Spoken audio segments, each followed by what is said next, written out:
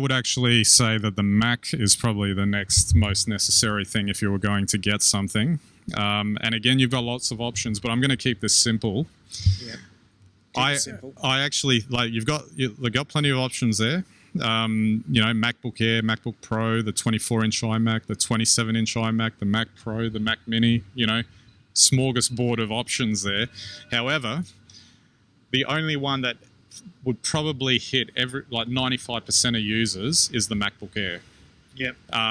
It also happens to be, the Mac Mini's cheaper, but you'd need to get a monitor and a keyboard, etc. for that. But the MacBook Air is the cheapest option, but with the M1 chip, it's really, and the battery life and everything you get, it's really the best, cheapest option you can get.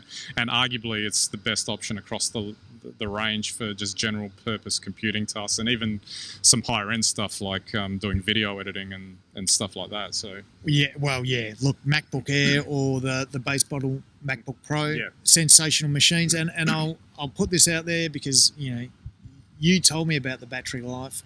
On the train on the way over, we played the original Spider-Man and the Avengers, the one, and up on full brightness, kids plugged in with their headphones on, and there was still 2/3 of a battery left. And that's impressive. Yeah, absolutely. The MacBook Pro, the base model is good for those things. The thing that it has over the air is extra, like you get a few more hours out of it. Yeah. Display brightness is brighter. You get studio mics. So a reason why I got the Pro over the air is that when we do the podcast, I don't have to actually use this thing. I can actually use that, even though podcasters would probably be upset with me for doing that. Well, that's true. Now we did speak about, I think, MacBook Air versus MacBook Pro. I can't remember whether it was personally or on air, but I'd go the MacBook Pro every time. Yeah. It's a bit like the 12 and the 13 iPhone. Yeah. You get you get a lot more for a little bit more money. Yeah. In the MacBook Pro. So every time. Absolutely. And it's restored my faith in Apple. Absolutely. Now, that's not to say that the other options there aren't great. Hardly anyone's going to need a Mac Pro, and you wouldn't get it now because it's got the Intel chips in it. The Mac Mini might be an option if you've got old peripherals, like an old monitor, an old keyboard, and you don't want to buy the rest of it, and you're not mobile. That might be a good option. But again, don't buy the Intel version. Just one thing on that. The MacBook Pro only supports one external monitor. The Mini does multiple monitors. Yeah, so if you really want to sit down at a desk most of the time, the Mini would probably be a better option. Yeah, absolutely. Good point. With a couple of monitors, that is. Otherwise, go the MacBook Pro. Absolutely.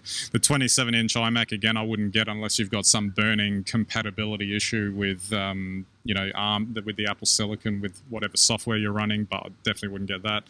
The 24-inch iMac, I do like looking at it, but I don't know. We just explained why you should get the MacBook Pro or Air, so... I agree. I would easily say that MacBook Pro is probably the best personal computing experience I've had. And the only other thing I was going to mention, and I'll just tap on it here in the MacBook Pro section, is... Obviously, they made a splash with the 14-inch and 16-inch releases with the M1 Pro and M1 Max chips. As you can see there, I'm just scrolling through some of that there.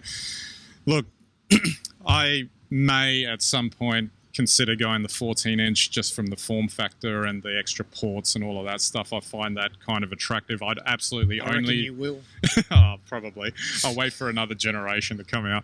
But what I would probably say is that, like for me personally, I'd only go the base model because anything above that, you really need to justify what exactly your workflow is for it.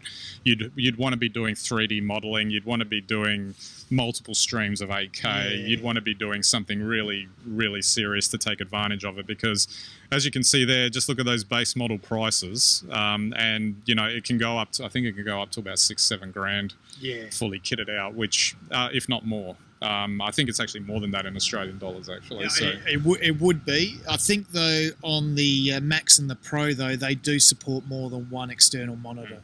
So you're starting to get into very, very serious territory. Like you say, I don't know what anyone would be using them for at home.